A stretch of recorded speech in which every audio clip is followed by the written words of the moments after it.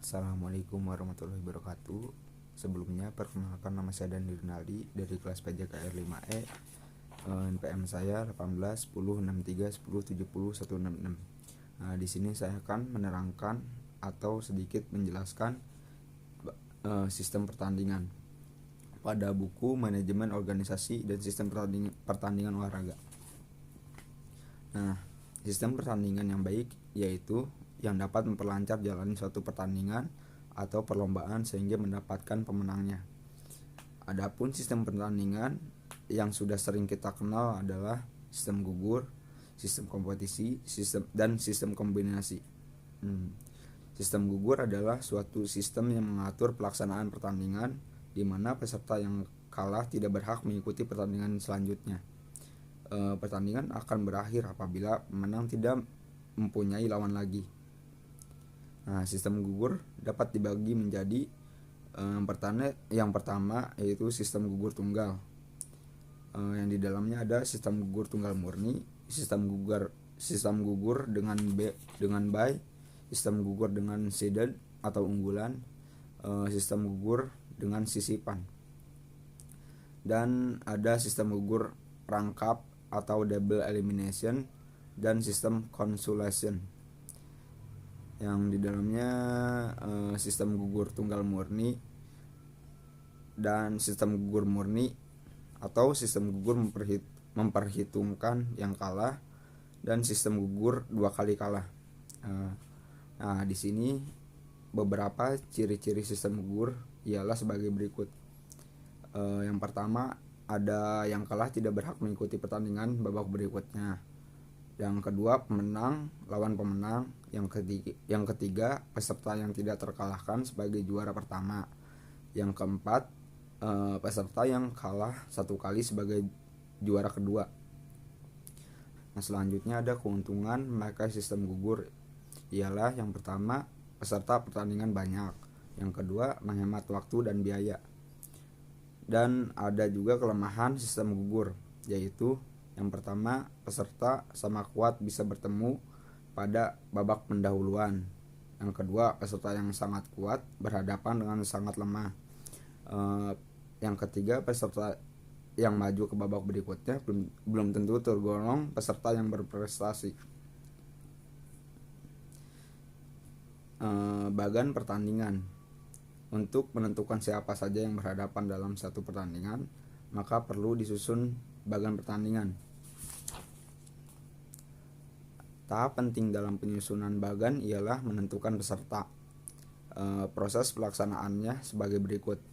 Yang pertama, ada buat kertas kecil, misalkan berukuran 3x4 cm. Yang kedua, tulis nomor undian pada kertas itu. Selanjutnya, gulung kertas itu agar nomor undiannya tidak nampak. Dan yang ketiga, masukkan gulungan kertas ke dalam suatu wadah. Yang keempat, kocok gulungan kertas. Yang kelima, satu persatu peserta mengambil gulungan kertas tersebut. Dan yang terakhir, nomor yang terpilih oleh peserta menunjukkan kedudukannya dalam bagan. Selanjutnya ada sistem gugur dengan bye. Apabila bye ada 2, maka ditempatkan di atas dan di bawah pada bagan. Sedangkan apabila bye lebih dari 2, maka penempatan bye adalah di atas, di bawah, di tengah bawah, di tengah atas, dan seterusnya. Setelah itu, regu-regu yang lainnya diundi seperti biasa. Prinsip utama sistem ini sama dengan sistem gugur murni. Namun pada babak pertama ditetapkan peserta berstatus bye atau semu agar jumlah peserta sama dengan jumlah kelipatan 2. Seperti contoh, karena pesertanya ada 7, maka ditetapkan 1 bye. Siapa peserta yang memperoleh lawan? Semu dalam bagan ditentukan dengan undian. Penentuan kedudukan peserta semuanya berdasarkan hasil undian. Selanjutnya ada sistem gugur dengan seeded. Dalam kejuaraan Piala Dunia 1998, beberapa tim diperlukan sebagai seeded.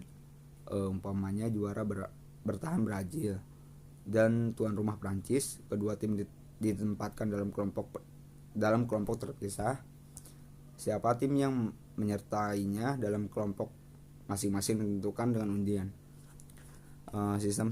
Sistem seeded dipakai untuk menghindari peserta atau regu yang kuat bertemu di babak pertama, sehingga pertandingan di babak final tidak menarik lagi. Nah, sistem seeded mengacu pada kejuaraan tahun sebelumnya yang menjadi juara. Lanjutkan dalam sistem dengan ronde pendahuluan. Penyelenggaraan pertandingan antara peserta sebelum babak pertama bagi semua peserta. Pemenang pertandingan babak pendahuluan selanjutnya berhak mengikuti babak berikutnya.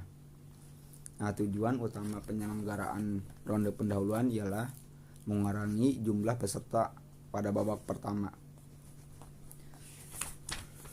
Jadi kesimpulannya adalah dalam satu penyelenggaraan pertandingan, di samping faktor administrasi dan organisasi, juga diperlukan adanya suatu tata cara yang dapat mengatur pertandingan atau perlombaan.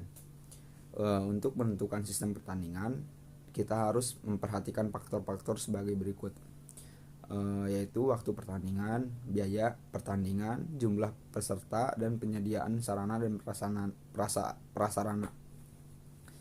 Pada kegiatan pertandingan atau perlombaan olahraga dikenal sistem-sistem pertandingan, yaitu yang dapat memperlancar jalannya suatu pertandingan atau perlombaan sehingga mendapatkan pemenangnya. Adapun sistem pertandingan yang sering kita kenal adalah sistem gugur, sistem kompetisi, maupun sistem kombinasi. Sistem gugur adalah bertanding sekali kalah, tidak boleh main kembali. Sistem kompetisi adalah tiap-tiap regu atau peserta saling berhadapan satu sama yang lain satu kali atau setengah kompetisi, dan saling berhadapan satu sama yang lain 2 kali atau kompetisi penuh. Sedangkan sistem kombinasi adalah campuran antara sistem gugur dan sistem kompetisi. Sekian yang bisa saya jelaskan, kurang lebihnya mohon maaf. Wabillahi taufiq wal hidayah. Wassalamualaikum warahmatullahi wabarakatuh.